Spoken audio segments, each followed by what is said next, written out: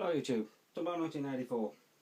Today I'm going to do a little bit of a video on what I've been doing this week, which is been making homemade body armour plates.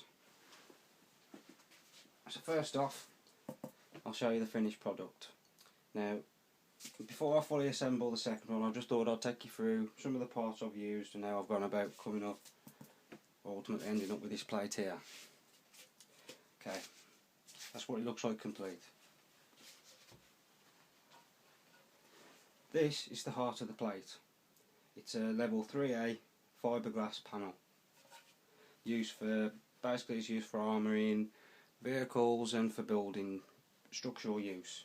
But like I say, it's a level 3A rating. So what I've done, I ordered a large sheet of this from eBay. I think it cost me about £15. I won it on a bid on an auction, and I've just cut it to the shapes I needed. Obviously I've cut it like a rifle plate, sappy plate, so we have the shooters cut. And it's a 12 by 9 inch plate. Now I didn't do 12 by 10, I did 12 by 9 on purpose because of how thick it is and how rigid the plate is. I thought to make it a little bit easier to wear it in the plate coat, because obviously this does not have a curve in it like a conventional sappy plate, it's a flat plate.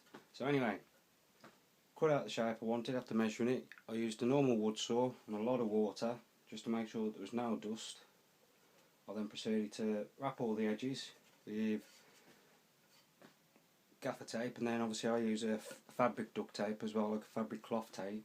The reason I did that was obviously to cut down on any and all splinters, but also being a fabric tape it was able to absorb the polyurethane plastic coat, which I put several layers over, just again to help keep down any splinters, anything from the fiberglass, because it's not normally a nice material to work with.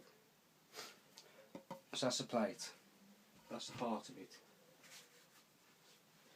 I then did was add successive layers to the back to act as a form of trauma layer, or cushioning impact layer. The first layer, EVA foam, 4mm sheet, cut to the shape, glued onto the top of the plate. The second layer, you see this is more of a composite, is rubber. This is the same stuff you can find in any hardware store, it's anti-slip rubber. Stick that on, that'll be glued into place. Then the last layer, again another 4mm foam sheet, you stick that on, and that completes the basic trauma layer. Idea being with the rubber, it'll help slow down the compression of the foam so that it doesn't compress too quick and help absorb some of the shock. And also again, being rubber, should a round pass through the plate, being rubber it's going to catch a lot more of any debris, any fiberglass or anything like that which would otherwise contaminate the wound, causing problems. So that's why we use that. The final layer of foam, just a 2mm sheet, it's placed on the front. That's put on the front of the plate, obviously it's cut to size. I'll explain why we do that in a moment. Put the plate down. Last step, simple waterproof fabric, cut to shape and size, wrap it around the plate, glue it into position, job done. That's pretty self-explanatory. Okay, so the reason why do I put the foam layer on the front of the plate, it's going to add absolutely no ballistic protection whatsoever, and you don't need it for spall protection because obviously being fiberglass it delaminates, the bullet doesn't fragment and fly out, so we don't need it for that. This is the reason why. When we tap this plate, yeah, that's quite loud. So you can imagine running about with kit, knocking into things. It's like a fucking alarm bell. Simple piece of foam over the front. Deadens right down. Better to hear that.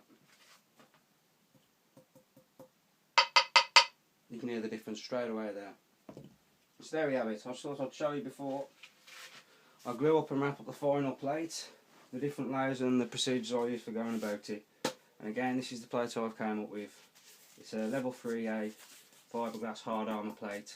It weighs 1.8 kilograms if you're interested, all in. So it weighs around about the same as a level 3 rifle plate. However, it's not proof against rifle rounds.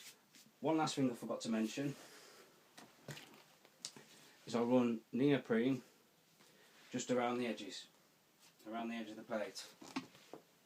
I forgot to mention that earlier.